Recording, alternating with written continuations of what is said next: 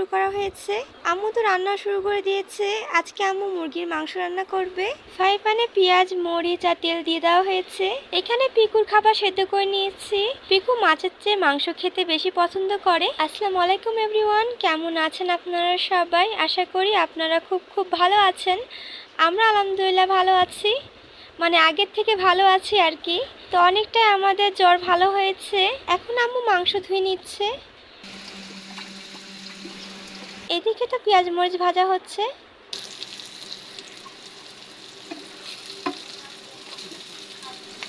মাংস ভালো করে ঠান্ডা করে নিয়েছি, নয়তো বা পিকুর তো মুখে পুড়ে যাবে। আজকে পিকুর অনেক ক্ষুধা পেয়েছে, তো অনেক আগে ওকে খাবার দেওয়া হয়, কিন্তু আজকে একটু দেরি হয়ে গিয়েছিল। তো এখন সে খাচ্ছে মজা করে। ওকে যদি মাছ দেওয়া হতো তাহলে এত মজা করে খেত না। এদিকে রৌদ্র আকাশ পড়তে বসেছে। এখন আম্মু দিয়ে দিচ্ছে আস্ত জিরা। পেঁয়াজ মরিচ ভাজা হয়ে গেলে আম্মু একে একে সব মশলাই দিয়ে দিবে।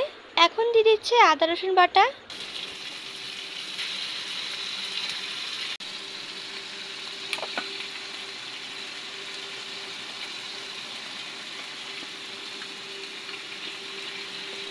আম্মু তো একে একে সব মশলা দিয়ে দিচ্ছে।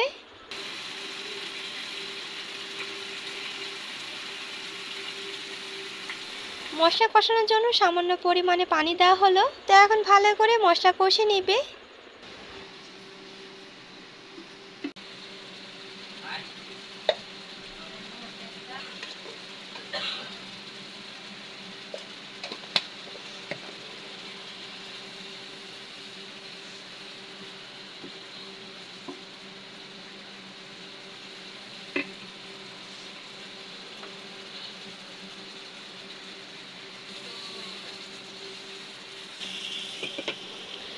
মশলা কষানো হয়ে গিয়েছে। এখন কেটে রাখা মুরগির মাংসগুলো দিয়ে দিবে। এখন তো প্রতিদিনই মুরগির মাংস সেদ্ধ করা লাগছে, কারণ পিকু প্রতিদিনই মুরগির মাংস খাচ্ছে। পিকু তো মাছ একেবারেই খেতে চাচ্ছে না। ও যেহেতু মুরগির মাংস খেতে একটু বেশি পছন্দ করছে, তো সেই কারণে ওকে মুরগির মাংস দেওয়া হয় খেতে।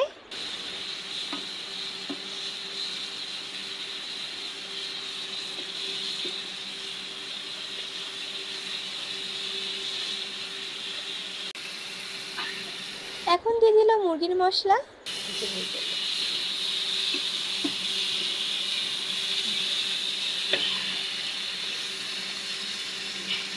এই তো কেটে রাখা মুরগির মাংসগুলো এখন দিয়ে দিচ্ছে।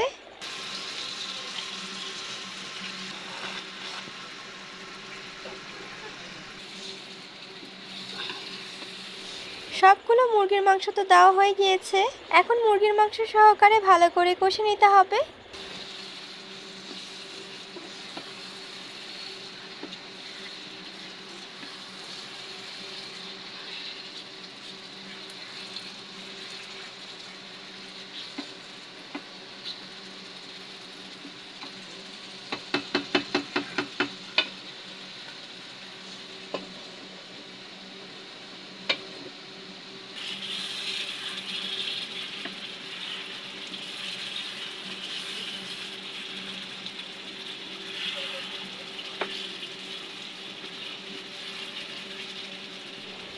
রোদ্র আকাশ তো পড়ছে, আর পিকুর কাজ দেখেন, সে এখানে বসে আছে।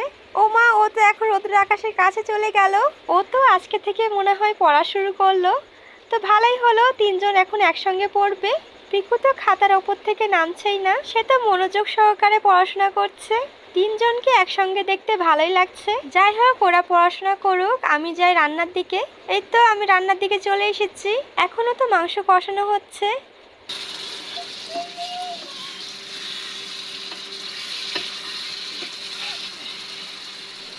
আজকে তো মাংস ভুনা করা হচ্ছে, তো সেজন্য অল্প করে পানি দিল। পিকুর পড়া তো শেষ হয়ে গিয়েছে, তো সে এখন খেলছে। আজকে পিকুর সকাল থেকে মন ভালো আছে। ও তো আজকে সকাল থেকে খেলছে। ওকে তো গতকালকে গোসল করানো হয়েছে। পিকু এখন পেনটা নিবে, তো যার জন্য সে এত চেষ্টা করছে। এদিকে তো মাংস রান্না করা হয়ে গেল। মাংস রান্না করা তো হয়ে গিয়েছে, আমি এখন নামিয়ে নিব।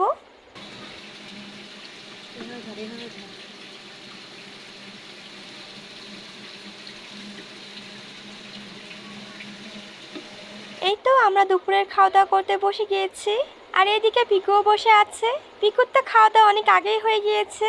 আজকে আমাদের দুপুরের খাওয়া দাওয়া মুরগির মাংস আর আছে ডাল পুরপুরি। আর এদিকে তো করলার আলু ভাজি করা হচ্ছে। করলা আলু ভাজি রাত্রের জন্য করা হচ্ছে। আম্মু তো পেঁয়াজ মরিচ একসঙ্গে দিয়ে দিয়েছে। তো করলা আলু ভাজি করতে বেশি সময় লাগবে না, তাড়াতাড়ি রান্না করা হয়ে যাবে। এখন দিয়ে দিচ্ছে পরিমাণ মতো লবণ, দিয়ে দিচ্ছে হলুদ গুঁড়া।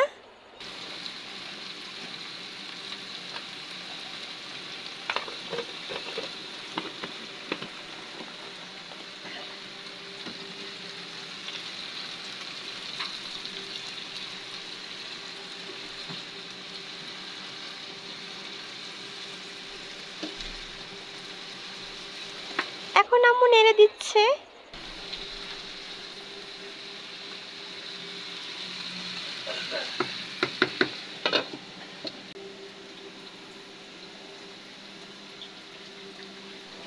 এই তো ভাজি করা হয়ে এসেছে। আজকে আম্মু চিকেন চাপ ভাজবে, সেজন্য সবকিছু রেডি করে নিচ্ছে। এখন আম্মু সুন্দর করে মাখিয়ে নিচ্ছে। এর আগে আপনাদের সাথে অনেকবার চিকেন চাপের রেসিপি শেয়ার করা হয়েছে, তো সেজন্য আজকে আর করলাম না। এইদিকে তো পিকু বসে আছে। ভাজি রান্না করা তো হয়ে গিয়েছে, তো সেজন্য আমি এখন ঢেলে নিচ্ছি। এই তো আম্মু চিকেন চাপ ভাজতে শুরু করে দিল। অল্প হিটে চিকেন চাপগুলো ভেজে নিতে হবে। এইদিকে রান্নাটি করার জন্য ডো রেডি করে রাখা হয়েছে। এখন এই ডোটা রেস্টে রাখা হবে। 2 ঘন্টা রেস্টে রাখা হয়েছিল। 2 ঘন্টার মধ্যে তো ডো একেবারে ফুলে গিয়েছে। এখন আম্মু আরেকবার ভালো করে মাখিয়ে নিবে। আম্মু তো রুটিও বেলতে লেগেছে।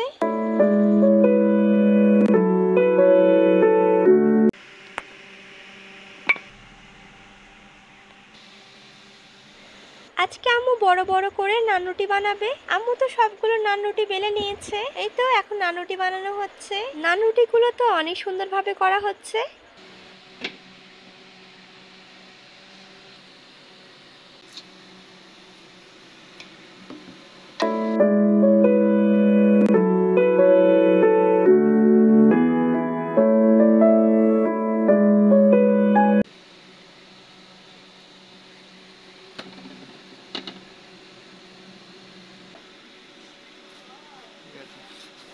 আম্মু একই পদ্ধতিতে সবগুলো নানরুটি বানিয়ে নিচ্ছে।